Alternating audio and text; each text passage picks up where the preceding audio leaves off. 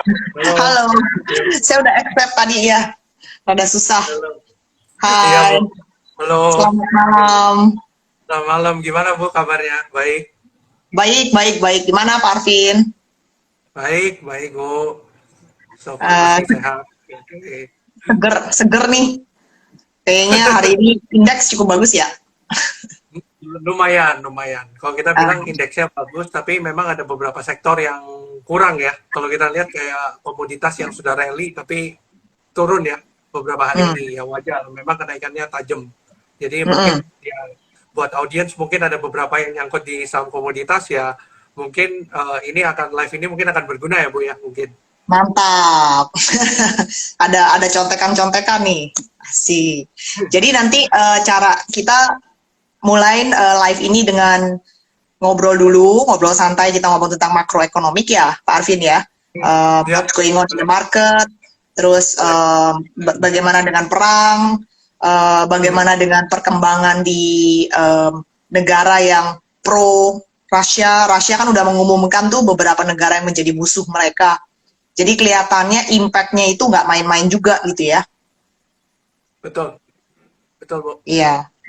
Nah, terus setelah itu kita coba kupas beberapa emiten pilihan Pak Arvin, karena Hmm. kita lihat Pak Arvin nih kayaknya lumayan nih kalau kasih apa pilihan-pilihan saham terutama yang multi bagger nih. Jadi mudah-mudahan mudah-mudahan bisa menjadi masukan buat sobat elit malam ini. Suara saya kedengaran jelas ya Pak Arvin ya? Jelas, jelas, jelas. Aman. Sip, sip.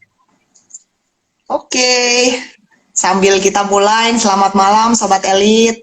Welcome, ini kita mau berbincang-bincang sore dengan Pak Arvin malam ini. Seperti yang kita lihat, hari Senin dimulai dengan berita tentang inflasi di Amerika yang cukup tinggi ya, Vin ya. Ya. 7,9%. Itu lumayan, Hmm. itu sangat tinggi sih menurut saya. Hmm. Ya, 7,9%. ya. Wow. Betul. Luar biasa. Ya. Dan mereka Jadi expect bulan depan akan dinaikkan ke 8,25 ya. ya, betul. Memang inflasinya Hmm. sangat tinggi ya, karena memang dari awal memang sudah hitap dari awal sebelum perang pun even memang sudah hitap gitu. Nah, jadi emang kalau kita bilang dari inflasi itu memang kita nggak kaget sebenarnya dari data inflasi. Memang data inflasi pasti naiknya signifikan. Cuma memang ditambah dengan perang ini tambah luar biasa, jadi ekspektasinya tambah tinggi lagi. Nah, jadi memang kenaikan itu kan karena memang dari harga komoditas. Jadi memang dari harga komoditas ini memang yang mempengaruhi hampir ke semua market ya Bu ya. Kalau kita bilang Hmm. semua terdampak dari itu karena memang semua orang pakai coal, pakai minyak, semuanya pakai. Jadi otomatis semua negara juga kepusingan semua gitu. Iya, saya lihat di Instagramnya Pak Jokowi CNBC selalu dia pegang jidat juga tuh kayaknya ya. Harga Betul. harga minyak kan naik terus ya, otomatis karena negara kita juga kebetulan cukup baik, subsidinya tuh jalan. Kalau di Amerika mungkin nggak ada subsidi ya Pak Arvin ya. Makanya jadi Betul. inflasi tinggi itu cukup berat buat mereka ya. Betul, betul. Tapi memang Nah, kalau kita bilang, memang thank you for the perang sebenarnya. Karena kalau misalnya perang itu nggak terjadi, mungkin kenaikan dari suku bunga di Amerika mungkin akan lebih tinggi dari 25 basis. Kemarin sempat 50 basis point, ternyata akan ada perang, the Fed akhirnya agak ngerem jadi 25 basis. Nah, jadi wow.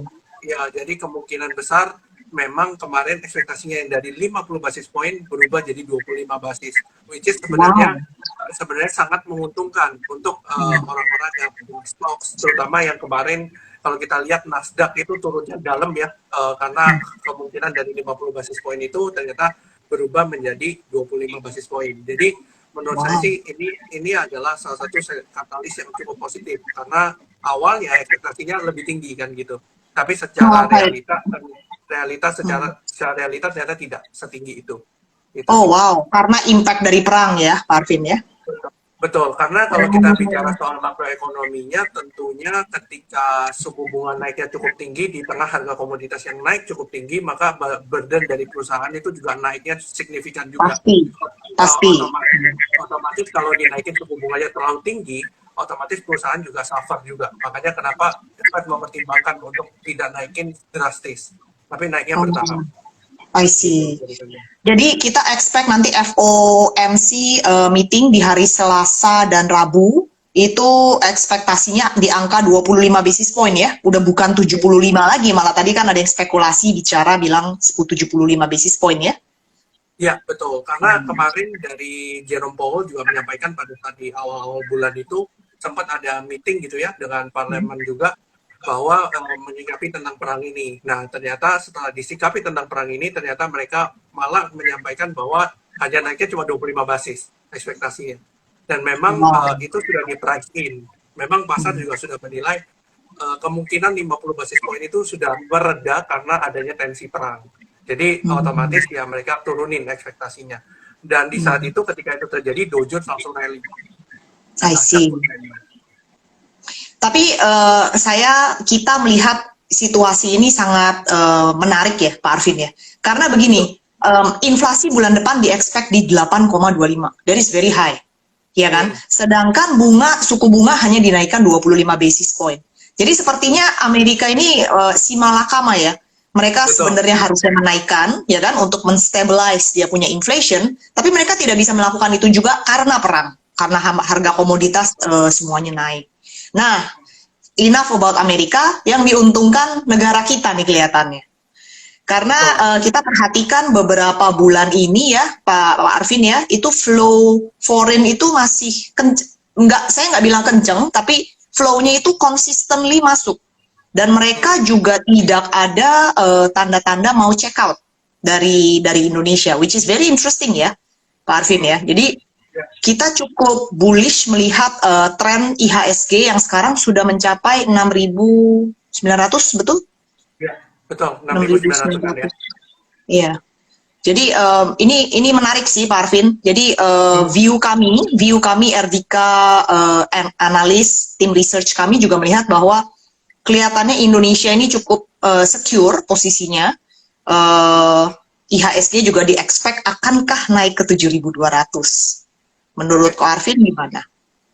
Oke, kalau menurut saya pribadi, saya melihat level 6988 dari awal memang ada jadi target dari IHSG dari awal. Ketika bulan Januari, memang kalau kita bilang secara teknikal itu ada pola triangle. Ketika pola triangle itu di break, memang ke arah 6988 dan terbukti memang sudah mencapai situ dan ternyata nggak bisa naik lebih tinggi. Nah, memang kuncinya ada di level 6988 ini. Tapi kita melihat bahwa dari inflow asing aja itu luar biasa besarnya, terutama di beberapa minggu terakhir. Kalau kita lihat kemarin tuh sempat minggu lalu hari Kamis kalau nggak salah hari Jumat itu sekitar 2 triliun. Nah itu asumsi saya adalah kemarin kan ada fund Rusia ya, FTSE MSCI itu ada yang sebagian dari fundnya Rusia.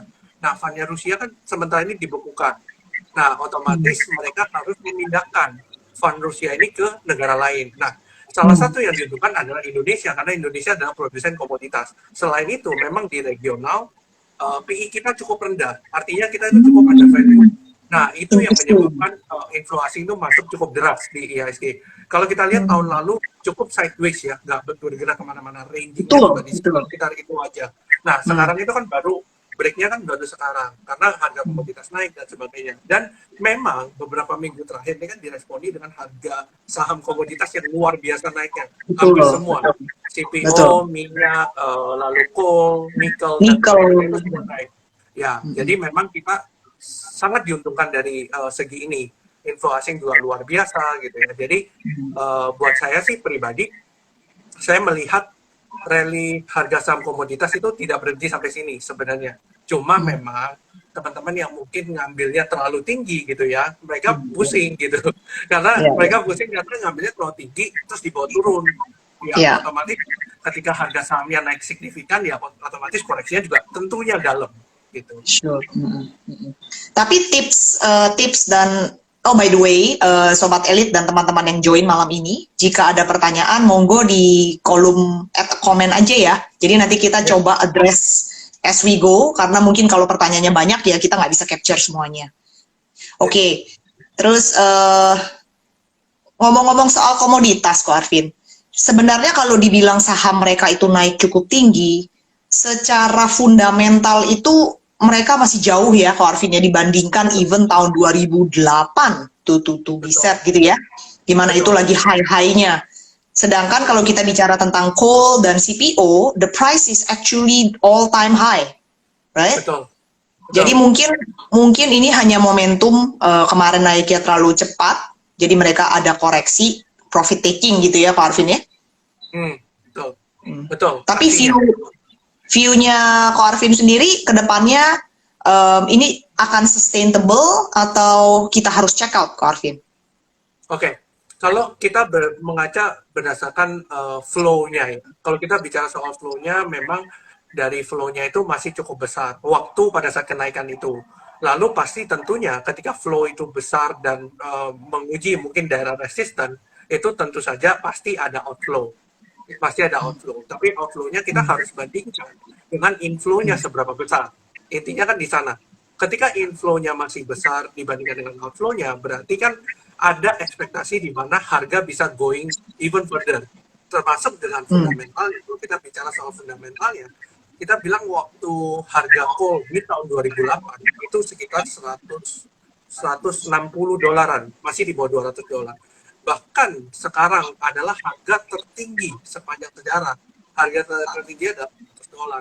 Which is sebenarnya harusnya kita secara sederhana menyampaikan bahwa valuasi dari perusahaan batubara itu harusnya lebih tinggi dari harga tahun 2008 seharusnya. Karena memang kalau kita bilang secara pendapatan dan sebagainya itu pasti akan meningkat. Nah, kalau kita bicara soal itu, maka ya pastinya menurut saya pribadi saham batubara masih sangat menarik untuk kita lihat. Meskipun memang hari ini terjadi sentimen mengenai China yang akan istilahnya build up lagi untuk supply coal-nya. Jadi mereka akan build up supply coal-nya supaya demand yang masuk tidak dari impor, tapi mereka supply lagi. Otomatis kan ketika supply bertambah, harga coal cenderung koreksi. Nah, inilah yang mungkin jadi kesempatan buat teman-teman mungkin ya untuk mengambil kesempatan ini untuk mengambil buy on weakness. Seperti itu sih. Oke. Tadi ada yang komen UNTR ya, UNTR United Tractor hari ini sempat menyentuh ARB. Ya, saya nggak kaget sih. Inco juga kalau nggak salah sempat ya mau ARB ya. Betul. Mungkin hari ini saham coal itu sedang diuji. Jadi Ko Arvin boleh merekomendasikan buy on weakness ya. Betul. Buy on weakness on saham komoditas ya. Karena memang kalau kita bicara soal kemarin, mungkin teman-teman yang ngambil ketinggian ya berarti harus doing money management sebenarnya. Ketika belinya di tinggi pasti belinya sedikit. Nanti ketika turun belinya agak banyak. Seperti itu. Betul, sangat logik Ko Arvin.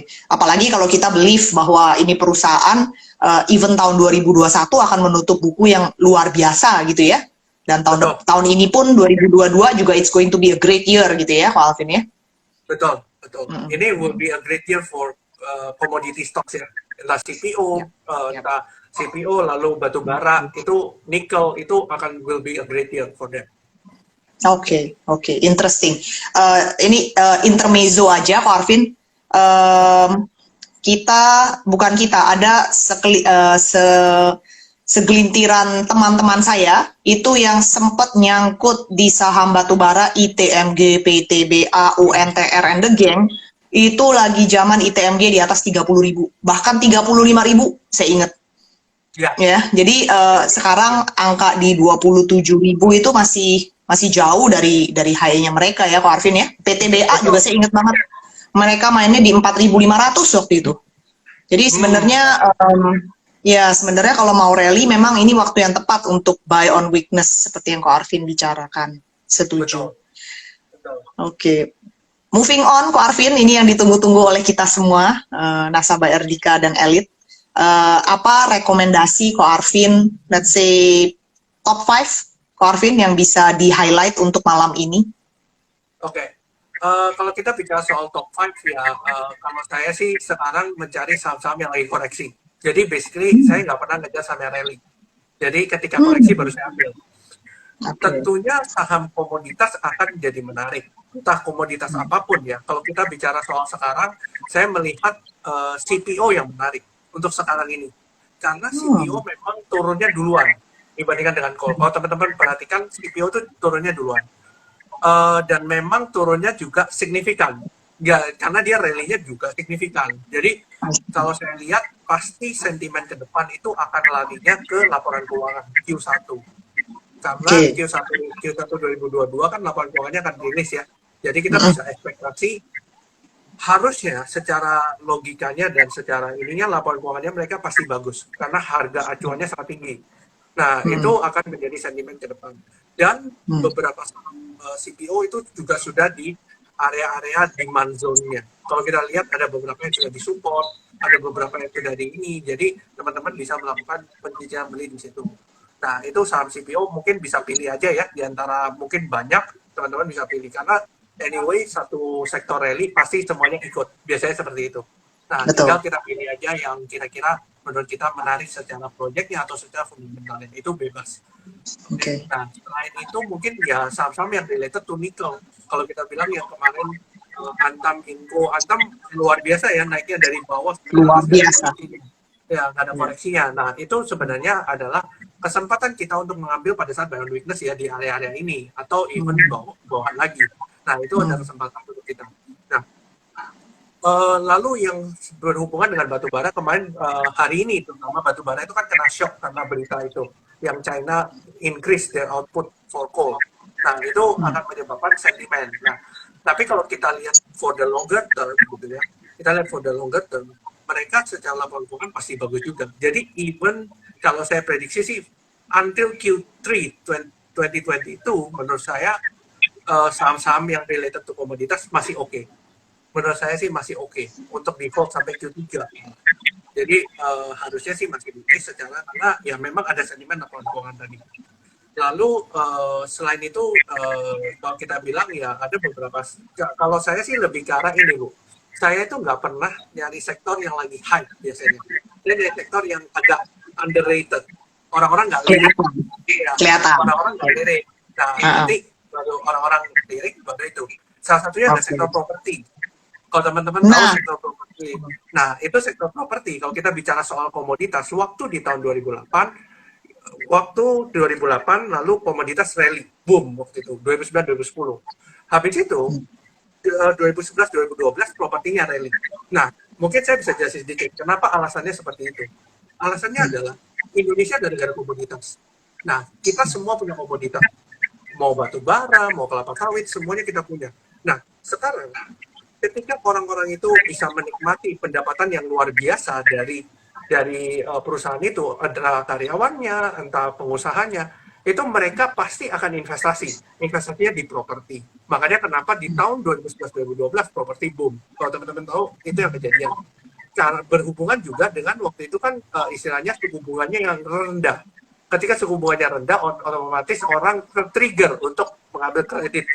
Nah, itu sektor-sektor properti yang akan jadi menarik. Dan terbukti memang beberapa hari ini kalau kita lihat beberapa saham properti ya, itu baru rebound dari downtrend-nya. Jadi teman-teman bisa lihat betul. sektor-sektor itu juga. Itu sih mungkin kira-kira di sektor-sektor itu yang menarik. Oke, menarik, sangat menarik. Kita juga dengar dari beberapa sumber tentang properti itu, which is logiknya make sense sih, Corvin. Jadi tiba-tiba ada banyak orang kaya gitu ya kasarnya ya, Betul. dan mereka bingung mau diapakan ini money, ya kan? Didepositokan juga bunganya sangat rendah, ya kan? Jadi sangat masuk akal. Property is the next industry. Tapi kalau dilihat dari sektor properti sendiri, bukannya ini sudah kembali ke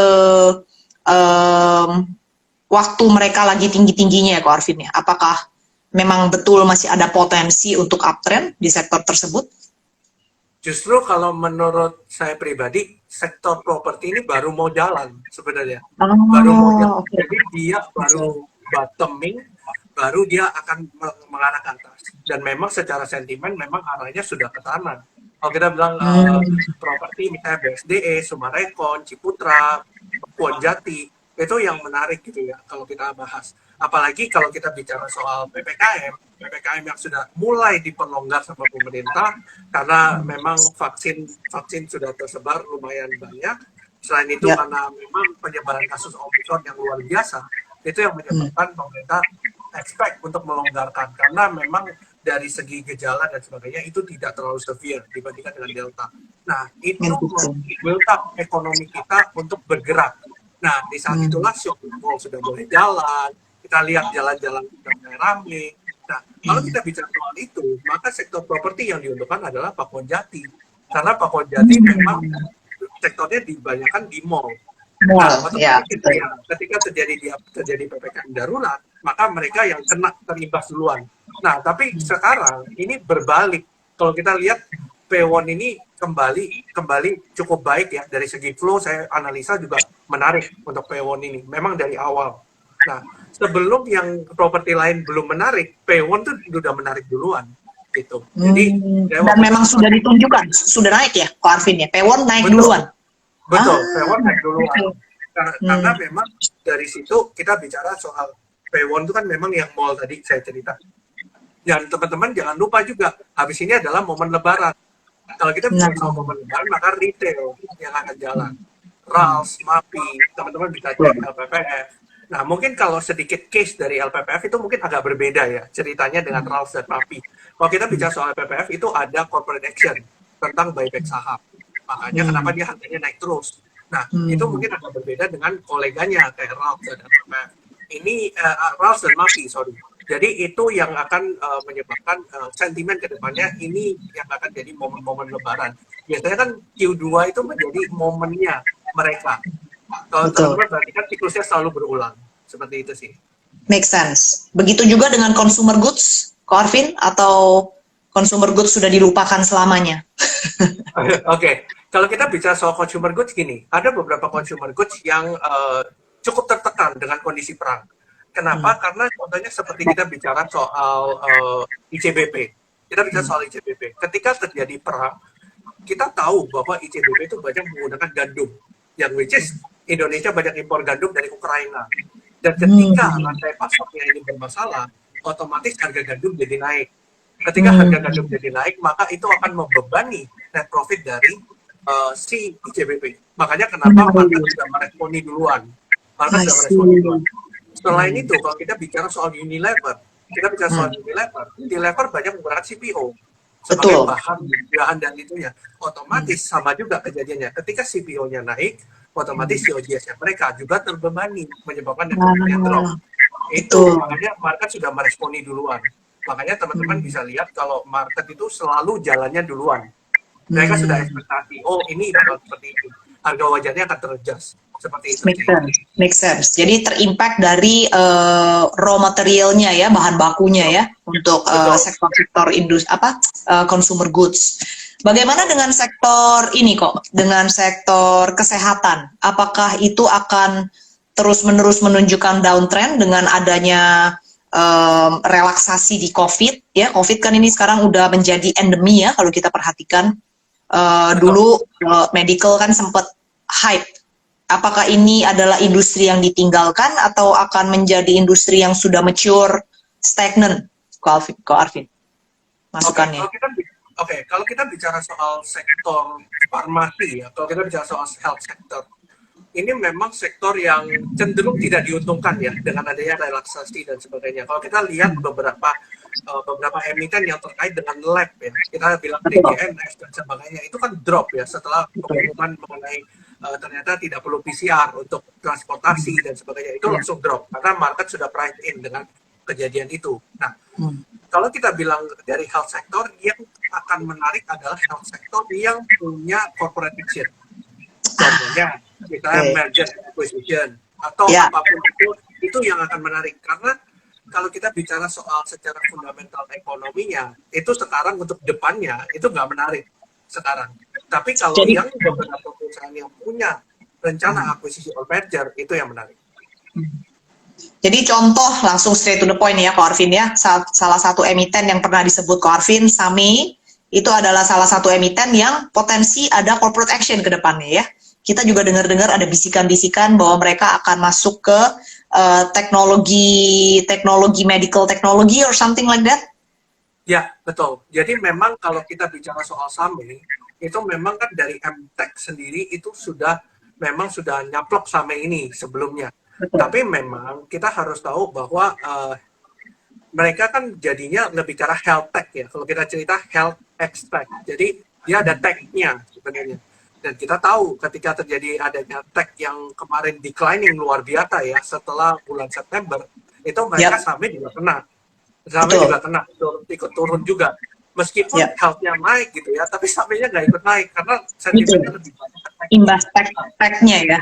Betul, imbas tech-nya. Makanya kenapa saya melihat saham ini menarik karena ya saya melihat dari flow-nya aja, analisa dari flow-nya. Kalau teman-teman riset lebih dalam mungkin akan tahu ini tuh siapa sih yang ngambilin barang gitu. I see. Oke. Nangkep. Ini ada pertanyaan dari Lili Huang. Apakah dengan adanya kenaikan suku bunga sektor properti masih bisa naik? Kelihatannya tidak dalam waktu dekat ya Indonesia akan menaikkan suku bunga ya. Apalagi kalau perang seperti ini Amerika hanya naik 25 basis point. Ekspektasi kita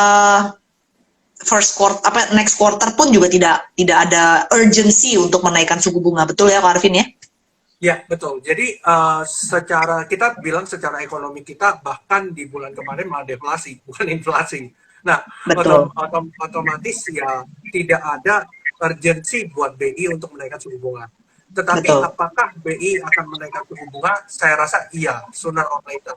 Karena di Indonesia ini adalah mereka itu mengikuti kiblatnya dari Amerika. Biasanya ketika Amerika naik suku bunga, kita ikut. Karena kalau misalnya kita nggak ikut, maka dana dari kita itu terjadi outflow. Itu, makanya mereka menjaga spread-nya ini. Nah, itu mereka menjaga spread ini. Tapi the good news is, tadi Corvin bilang Amerika hanya menaikkan sebesar 25 basis point. Ya, betul. Betul ya, jadi ya hopefully... Betul, jadi slowing down a bit lah untuk kenaikan suku bunga untuk menjawab Ibu Lili Huang ya. Terus begitu ada lagi yang nanya nih, Ko Arvin, Antam dengan harga sekarang apakah sudah bisa masuk? Saya hari ini lupa memonitor pasar. Antam itu sempat ARB atau di posisi berapa ya hari ini ya? Antam itu terakhir di 2.400 ya. Tadi itu sempat minus 6%. Lalu ditarik naik ke minus 5 kalau nggak salah. Jadi tutupannya di 2.400. Kalau nggak salah ya. Jadi teman-teman sebenarnya kalau apakah ini cukup murah, menurut saya cukup murah, tapi tetap doing money management di mana jangan hajar di satu harga. Kebanyakan orang kan hajar di satu harga terus bingung. Nanti turun di mana? Ya gitu. Jadi teman-teman jangan hajar di satu harga, tapi misalnya kalau masuk ya 30% dulu karena belum ada base. Sebenarnya kalau turunnya sederas itu biasanya harus ada base untuk dia naik lagi. Betul. Nah support ya, ada support gitu ya. Ya, hampir kalau kita bilang secara riset ya mungkin sampai 90% ya. Saham yang turunnya dalam pasti membentuk base dulu. Entah base-nya ke atas apa ke bawah nanti urusan nanti. Cuma masalahnya kita pasti istilahnya baru turun jangan ditangkap semua. At least jangan masuk 100%. Tapi mungkin coba dulu masuk 30%, nanti kalau turun baru nambah lagi. Seperti itu sih caranya. Oke, nangkap. Oke. Karena harga nikel itu juga terus bergerak naik ya Pak Arvin ya, amazingly ya. Betul. Yang luar biasa waktu ada satu hari itu naik sampai $100.000 per ton. Itu luar biasa memang kenaikannya. Sampai dari London Metal Exchange ya, kalau nggak salah LME itu sampai nge-suspend tradingnya karena memang kenaikannya terlalu tinggi, tidak masuk akal. Nah, otomatis di-halt semua. Jadi, makanya kenapa kalau teman-teman tahu kenapa saham waktu itu Antam, Inco, dan sebagainya itu turun, karena saya sempat juga beberapa kali ngomong di grup saya gitu ya, ngomong bahwa hati-hati ya dengan nikel, karena adanya suspension dari London Metal Exchange. Dan kita bisa lihat kok dari bursa luar, yang kita bicara soal nikel dan sebagainya, itu memang drop juga. Waktu itu saya mantau tuh ada satu emiten di Australia, itu kan juga tambang nikel. Waktu itu setelah berita itu keluar, karena mereka perdagangannya pasti duluan dari kita, drop sampai 25%. Nah, habis itu kita buka waktu di sesi 2 langsung drop juga ngikut gitu. Jadi berhati-hati untuk saham-saham nikel. Tapi untuk sekarang ini adalah area buy yang cukup baik sih menurut saya. Oke, noted. Oke, sebelum saya move on dari nikel, ini ada pertanyaan juga tentang infrastruktur. Kayaknya ini tricky nih ya kalau pertanyaan infrastruktur ya, Pak Arvin ya. SMGR. Baru satu sih yang nanya tentang infrastruktur. SMGR dan kawan-kawannya itu memang masih lesu saat ini ya. Mungkin belum. Masih fokus di properti kah? Iya, oke. Jadi kalau kita bicara soal SMGR itu kan memang permasalahannya kan di harga batubara yang tinggi. Kalau kita bicara soal production cost dari semen, itu kebanyakan adalah dari batubara, hampir 20% kalau saya tidak salah ingat ya, sekitar 15-20%. Otomatis ketika harganya naik ya, otomatis harga semennya juga harus naik, karena mereka juga harus untung juga kan. Nah, Betul. tapi yang cukup baik dari semen tuh ada satu hal yang cukup menarik dari semen, karena adanya sentimen pembangunan IKN. Kalau kita bicara sentimen pembangunan IKN pasti butuh semen. Ah, Nah, yes. ini juga pasti pemerintah juga akan pakai semen seperti semen Gresik, semen apapun itu ya, semen Batu Raja, Ya, Indosemen. Mungkin mereka akan pakai dari salah satu ini. Kemungkinan besar ada BUMN menurut saya. Karena sure. BUMN ini pasti akan supply gitu ya. Nah, Hmm, ini adalah satu sentimen yang cukup menarik untuk semen itu sendiri. Nah, hmm. berbicara soal properti yang boom, otomatis dengan membangun properti pastinya butuh semen juga. Betul. Betul. Nah, jadi Nyambung ya. ya Nyambung. nyambung ceritanya.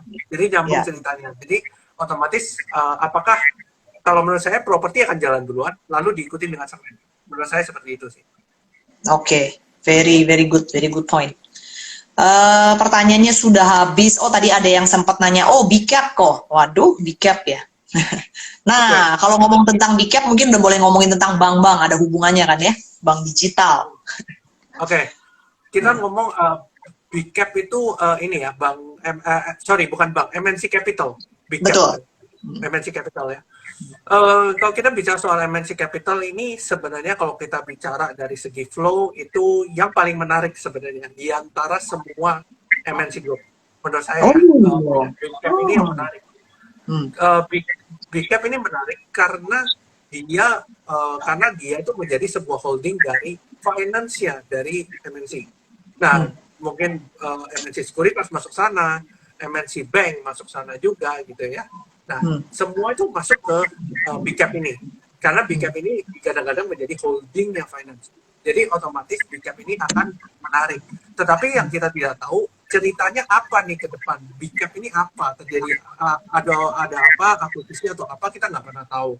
Cuma kalau kalau kita bicara soal money flow dari Big Cap ini menarik. Cuma permasalahannya kita nggak tahu ke depan ini ada apa, cerita apa yang mau dikeluarkan. Karena otomatis kan misalnya kalau kita bicara soal flow seperti itu ya, pasti money flow itu akan datang duluan sebelum beritanya keluar. Itu Betul. sering sekali kejadian. Karena Betul. even kayak saya pernah dulu nangkep GGRM waktu drop, lalu sempat rally karena berita akuisisi. Itu pun saya dapatnya dari flow.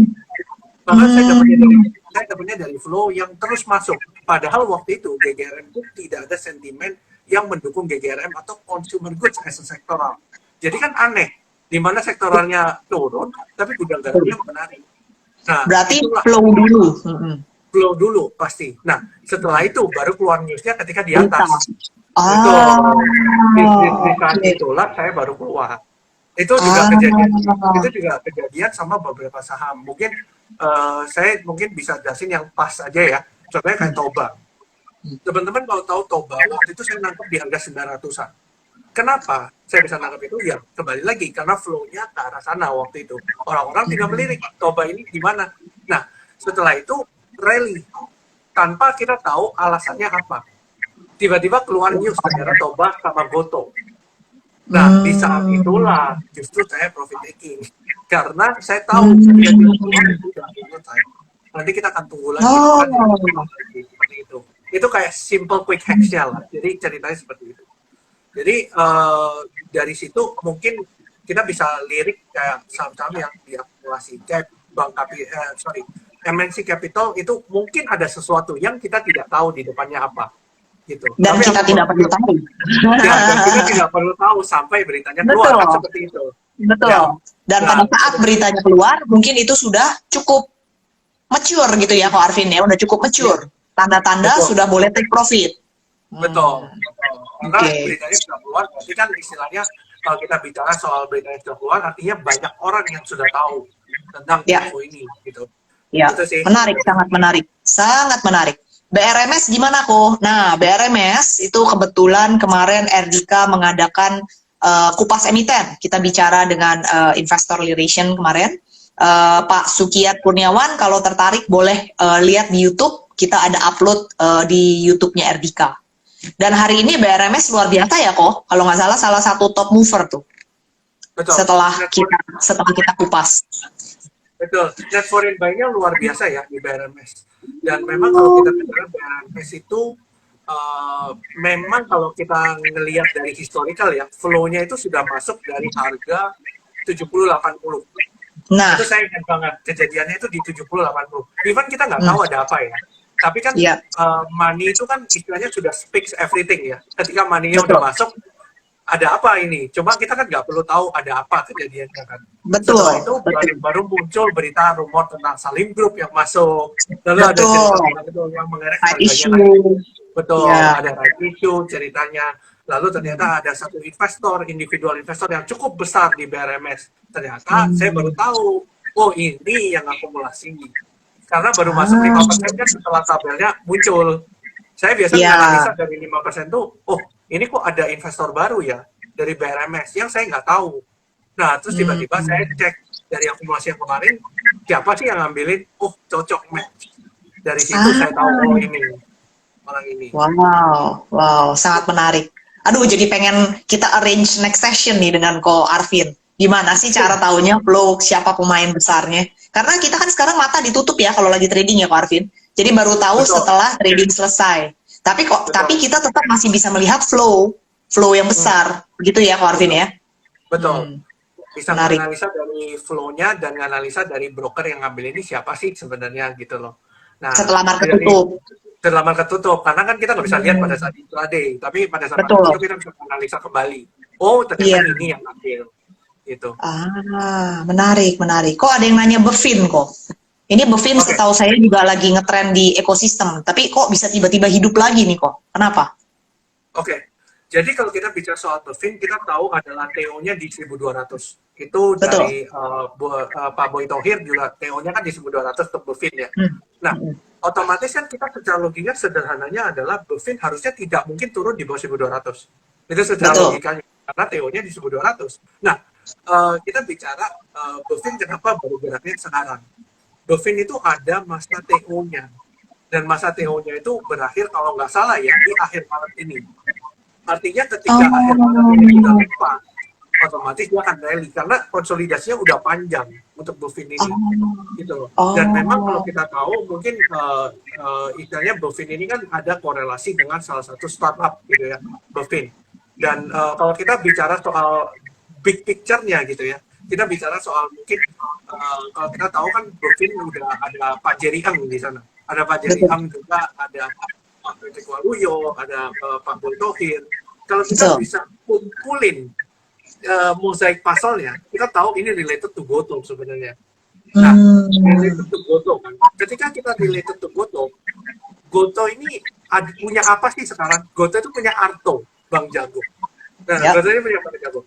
Apakah mungkin Bang Jago nanti akan caplok Bevin? Itu sangat memungkinkan menurut saya. Karena masih satu industri yang sama. Nah, dan Gotoh ini sebenarnya kalau saya analisa secara pribadi gitu ya, mungkin teman-teman bisa analisa lagi. Ini cukup menarik IPO-nya Gotoh. Kenapa saya bilang menarik? Jadi IPO-nya Gotoh ini berbeda dengan IPO-nya Bukalapak. Sangat berbeda kejadiannya. Ketika Gotoh mau IPO, itu fund-nya mereka mereka sudah punya fund sebelumnya. Jadi fund ini mereka investasikan lah. Kalau kita bicara ada Bevin, ada Arto, ada teman-temannya. Nah, sekarang kita berpikirnya jangan polanya seperti startup, tapi polanya ada seperti perusahaan investasi. Kita bicara soal Saratoga. Saratoga laporan keuangannya kalau kita kulik gitu ya, laporan keuangannya itu kebanyakan dari pendapatannya itu dari keuntungan investasi. Oke. Nah, kalau kita bicara soal Gotoh kan sudah investasi di mana-mana nih. Tapi harga dari kepemilikannya Gotoh itu sangat rendah. Sebagai contoh, saya ambil contoh Arto. Ketika Arto harga 1.100 sekarang sudah di belasan ribu, itu kenaikannya sudah 10 kali lipat. Nah, kalau kita bicara soal itu, maka laporan keuangannya Gotoh pasti hijau kebanyakan. Karena dia beli harganya di harga yang rendah. Itu adalah salah satu cara startup untuk menghijaukan laporan keuangannya. Itu sih. Menarik. Kalau di-compare dengan Buka pun juga waktu itu kan dimiliki oleh MTech kok. Betul. Tapi Bukalapak agak berbeda situasinya, di mana Bukalapak itu tidak mengakuisisi perusahaan. Berbeda sekali. Jadi kalau kita bicara soal Bukalapak, sebelum IPO dia tidak mengakuisisi perusahaan. Otomatis dia nggak ada perusahaan TBK yang diakuisisi. Nah, kalau kita bicara soal Bukalapak, kan kemarin terakhir infonya adalah mengakuisisi BBHI. Ceritanya mengakuisisi BBHI. Tapi mengakuisisi BBHI, kalau teman-teman tahu di harga 478. Waktu itu market di harga 5.500-an. Artinya sudah ada kenaikan 10 kali lipat dari pendapatannya gitu ya. Dari asetnya juga pendapatannya. Otomatis nanti akan dicatatkan dalam profit loss statement-nya sebagai keuntungan dari investasi. Yang mana itu triliunan gitu ya.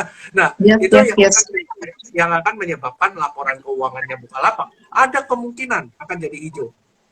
Itu yang menyebabkan laporan keuangan Bukalapak jadi hijau. Meskipun secara operasional tidak hijau. Tapi itu udah telat ya kok Arvin ya. Maksudnya Bukalapak itu kan mengakuisisi BBHI pada saat mereka sudah IPO dan lain sebagainya. Maksud Pak Arvin seperti itu? Betul. Jadi menariknya adalah Goto, makanya saya bilang Goto dan Bukalapak ini sangat berbeda skenarionya. Goto sebelum dia IPO dia sudah punya uang untuk akuisisi perusahaan TBK. Berbeda dengan Bukalapak punya cash untuk akuisisi.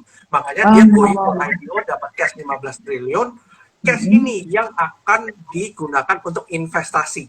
Ceritanya seperti itu. Makanya Bukalapak jadi menarik. Seperti itu ceritanya. Bukalapak yang menarik atau Goto yang menarik nih kok? Dua-duanya menarik. Goto juga menarik. Karena karena ada pertanyaan tuh barusan tentang Buka kok. Kayaknya banyak yang di PHP-in dengan Buka. Mungkin boleh dikasih insight sedikit?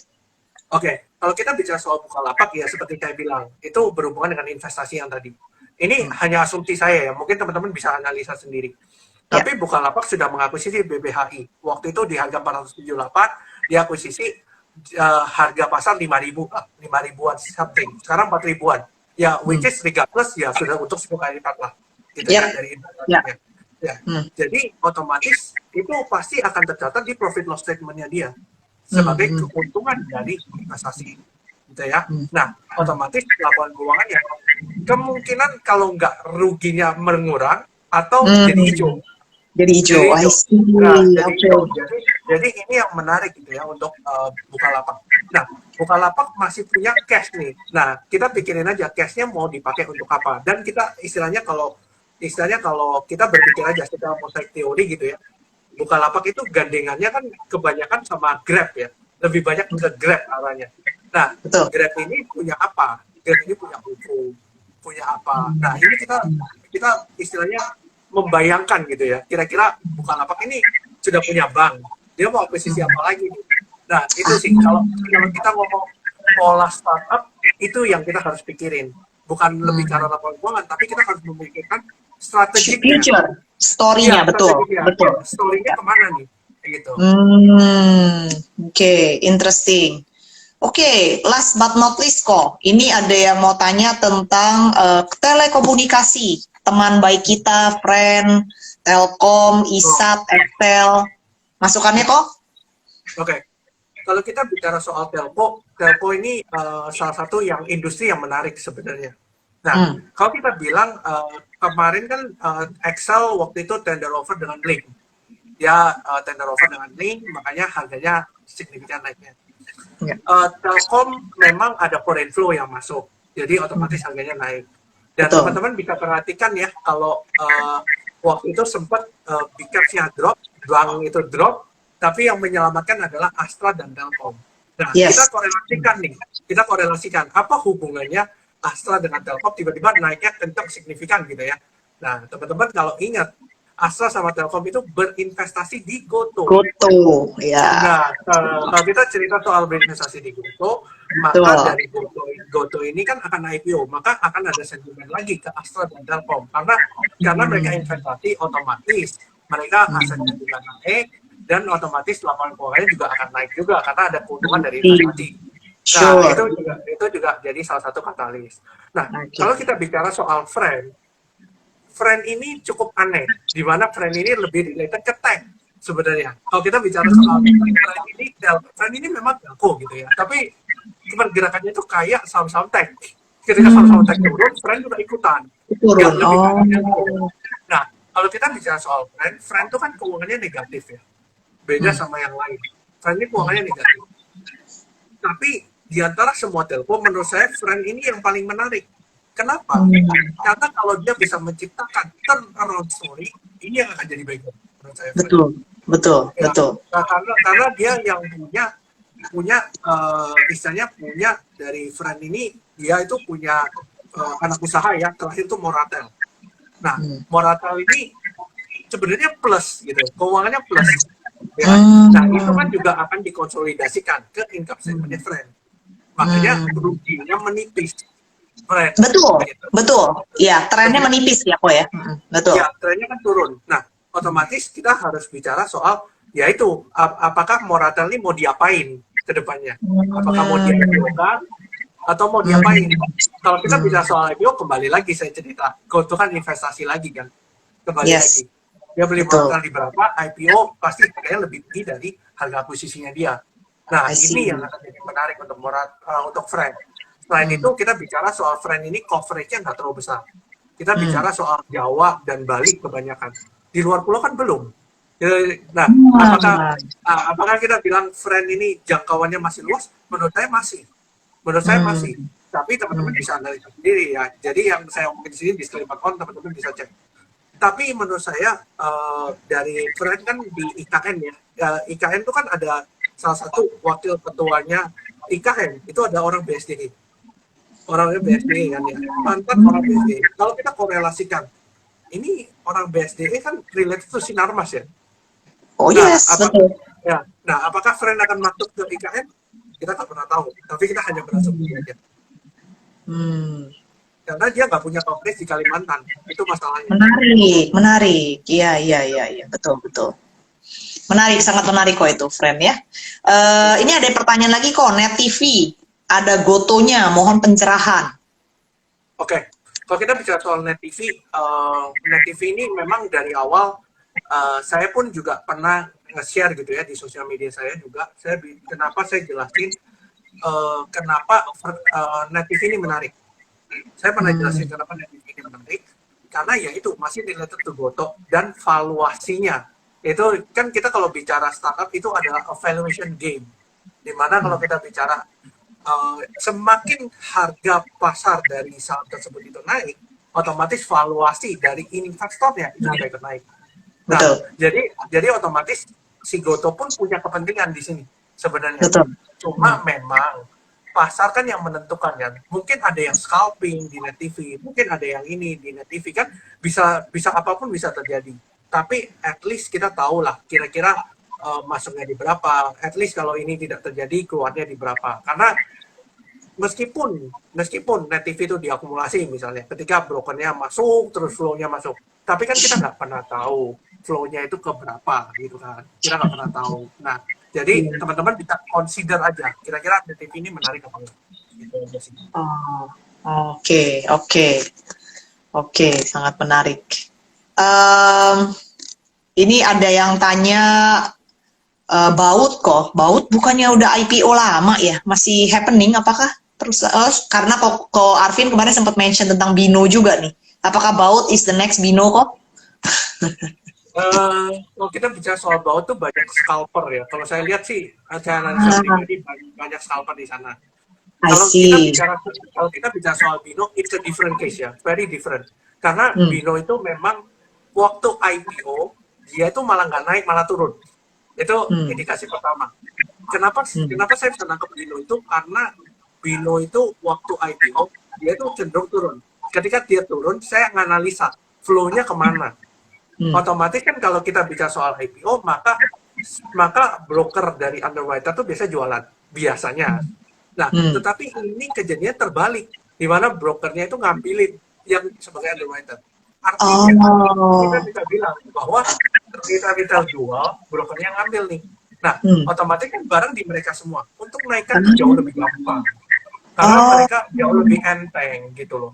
Nah, otomatis barang di mereka semua. Dan teman-teman bisa cek analisa saya di Bino itu, saya bilang, Bino ini jumlah pemegang sahamnya turun terus. Artinya kan kepemilikannya, istilahnya jumlah lembaga sahamnya sama, jumlah pemegang sahamnya turun. artinya kan ada akumulasi di sana. Entah Betul. akumulasinya berapa kita nggak tahu, tapi kita Ya. cukup tahu supportnya di sini, dia akumulasinya di harga berapa, ya sudah. Sesimpel itu sih sebenarnya. Nah, lumayan kita dapat 30% kan gitu. Cuma memang saham-saham seperti itu harus hati-hati. Kenapa hati-hati? Karena saham kayak gitu itu kan cenderung market maker-nya yang pegang harga ya, pegang barang gitu ya. Jadi otomatis dia tahu barangnya dia berapa. Betul. Jadi dia pilih, dia hajar habis gitu. Jadi hati-hati doing your something lah. Oke. DRMA kok.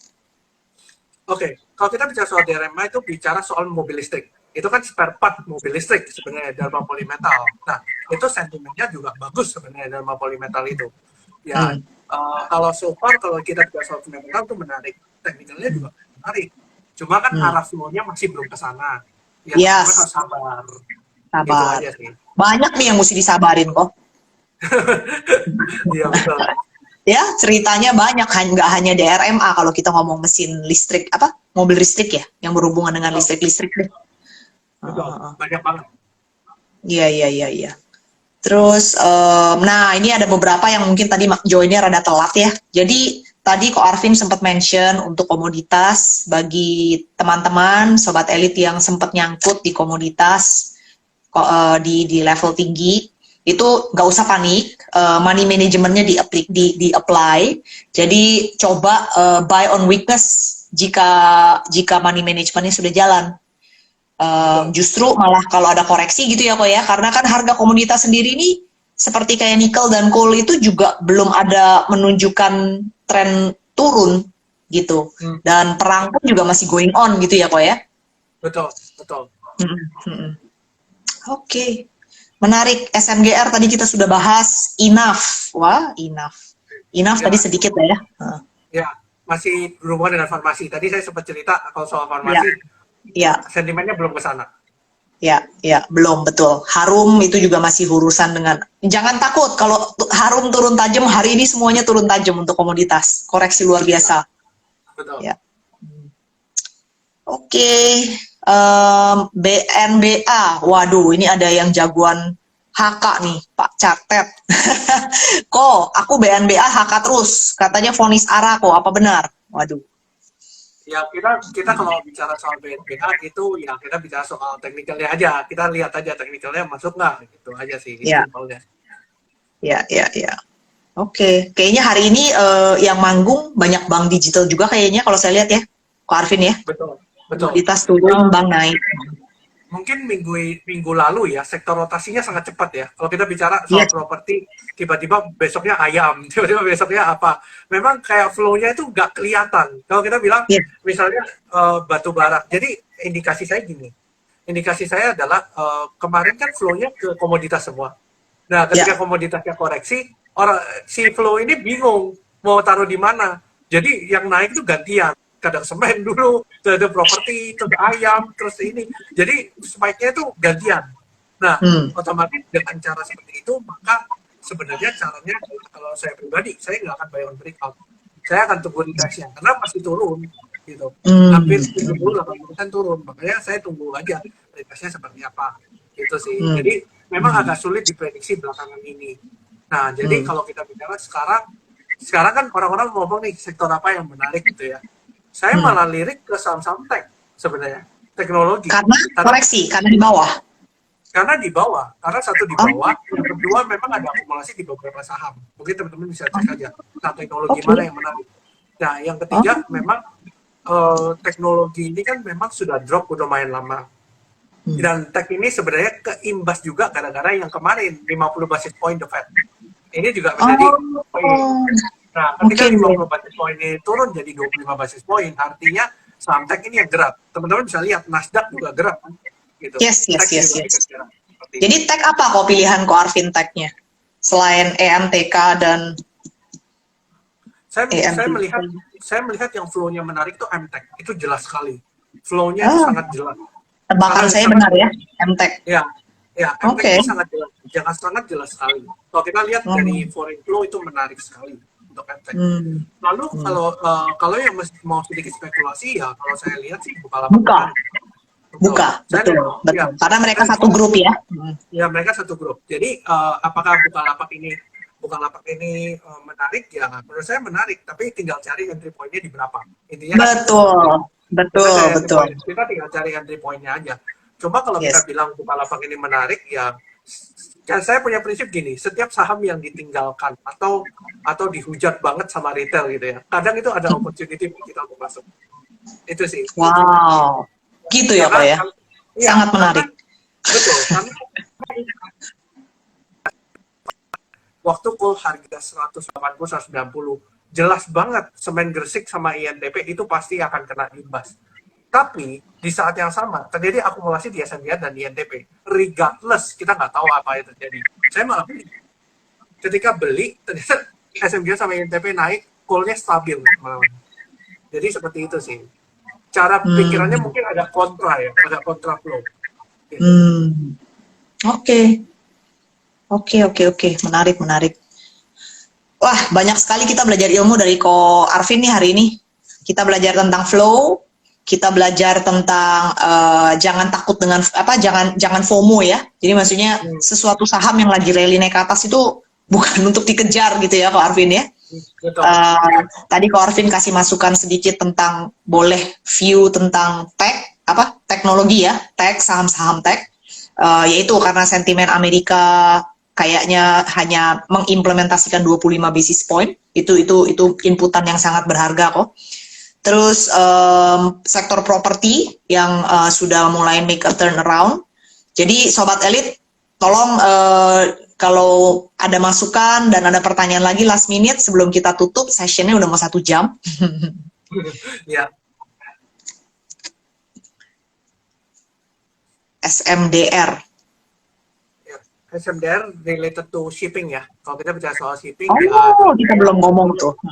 ya tentang shipping ya menarik ya. Kalau kita bicara, saya selalu bilang gini, ketika harga komoditas itu naik ya, harga komoditas ini kan harus diangkut dengan sesuatu, gitu ya. Orang-orang nggak fokus ke sana, tapi orang Betul. fokus ke komoditasnya. Nah, Iya. malah saya justru mengakumulasi saham yang terkait dengan shipping di saat yang sama, karena shippingnya belum gerak, tapi komoditasnya udah gerak kan. Kita lupa dengan shipping ini. Nah, ketika Yes, orang nggak yes, fokus di sana, saya akumulasi. Ketika orang sudah sadar, harganya sudah di atas gitu kan. udah di atas. Gitu. Oke. Oke. Jadi kita mungkin harus ngerti dari makroekonominya, juga kita harus ngerti dari mikronya. Itu keuangannya bagus ya sih. Contoh misalnya kita ngomong CPO. Mungkin ada CPO yang bagus banget ketika harga naik CPO gitu ya. Tapi kan ada saham yang mungkin harga CPO-nya naik, kok keuangannya nggak kemana-mana nih. Berarti kan ada problem dengan mikronya. Itu yang teman-teman harus perhatikan. Gitu. Oke. Baik. Oke, kita tutup aja dulu mungkin. Ko Arvin, ada tips-tips terakhir kok, masukan-masukan mungkin? Atau tadi sudah cukup dibahas semuanya?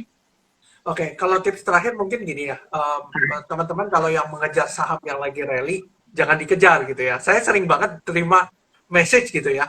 Saya sering banget terima message misalnya, kok ini ada saham ini nih. Pasti yang ditanyakan ada saham yang lagi naik. Pasti, hampir 90%. Kenapa saya jawab? Saya tanya gini, saya tanya balik. Ketika kamu beli di sini, kamu keluarnya di berapa? Itu pertanyaan saya dulu. Kamu ngerti ya? Kamu ngerti kira-kira ketika kamu beli di harga ini, kamu keluarnya di berapa? Ini yang jadi kunci. Karena ketika kamu nggak tahu keluarnya di berapa, kamu akan yang pasti. Itu saya berani jamin. Jadi harus tahu mau keluar di berapa? Betul. Even misalnya saya sudah masuk 100% nih di saham ini. Misalnya saya masuk 100%. Kita kan harus tahu ya. Misalnya harga sudah di ujung nih. Kita harus tahu keluarnya di mana. Kalau misalnya something went wrong, kita harus tahu, kita harus putar balik badan gitu misalnya. Balik badan keluar dulu. Nanti kita baru masuk lagi. Jadi sebenarnya di pasar saham nggak ada yang salah. View orang pasti beda-beda. Tapi saya yang mau tanya adalah kalau kita punya plan apa enggak. Itu aja. Kita punya plan atau enggak? Money management kita gimana? Ketika kita masuk di ujung, oke, saya mau ngejar masuk di ujung. Kalau masuk semua di ujung, terus nggak cut loss, ya sudah. Kita nunggu di bawah kan gitu. Kita sudah kehilangan momentum. Jadi otomatis kita akan masuknya dikit-dikit gitu. Contohnya saya masuk, misalnya contoh saya masuk kelihatannya, saya masuk Antam misalnya. saya masuk Antam biasa sekarang. Apakah saya langsung hajar 100%? Jawabannya tidak. Saya masuknya Betul. cuma 30 sampai 50%. Nanti saya lihat lagi. Kalau besok masih koreksi, saya lihat batas koreksinya sampai berapa sih. Nah, nanti saya baru masuk lagi. Ketika itu sudah tidak memungkinkan lagi, ya sudah saya keluar. Gitu. Saya pindahin ke saham lagi. Seperti itu sih cara sederhana. Itu yang berat tuh, Ko Arvin. Keluar. Betul. Ya, Betul. karena banyak teman-teman itu yang money management yang nggak jalan, tapi keluar juga nggak berani.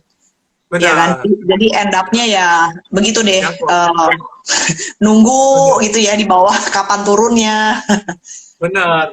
Memang itu yang jadi kendala sih. Dan Ya. setiap orang punya pain tolerance-nya masing-masing ya. Jadi misalnya saya apply ke pain tolerance saya nggak mungkin kasih orang lain pain tolerance yang sama. Stop loss saya lebar nih, tapi stop loss orang mungkin karena dia masuknya banyak, stop loss-nya Tinggi. dia harus kecil. Betul. Nah, ya, jadi agak berbeda caranya. Jadi otomatis teman-teman harus punya strategi sendiri dan trading plan sendiri. Itu sih Ya. prinsipnya. Very good point. Terima kasih banyak, Ko Arvin. Thank you. Ini tadi ada beberapa juga sobat elit follower kita yang nanya tentang open low. Memang kebetulan kita ada sedikit update ya Pak ya dari salah satu dari follower kita mengenai feature open low. Nanti aja ditunggu untuk sesi berikutnya akan kita bahas mengenai feature open low ini. Karena again trading saham itu teknisnya ada banyak. Tapi malam ini Ko Arvin memberikan masukan yang sangat luar biasa. Kita berterima kasih sekali lagi. Mudah-mudahan kita bisa lebih sering ya Ko Arvin ya untuk bincang-bincang seperti ini. Thank you.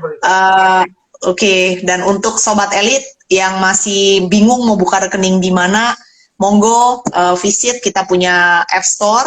Kita ada di App Store, kita ada di Google Play. Nama aplikasinya adalah Elite. Tidak ada minimum deposito dan kita juga mempunyai komunitas atau punya grup untuk meng-guide bagi teman-teman yang mungkin masih berasa kehilangan gitu ya, butuh guidance. Segitu aja dulu. Terima kasih banyak Ko Arvin. Selamat malam.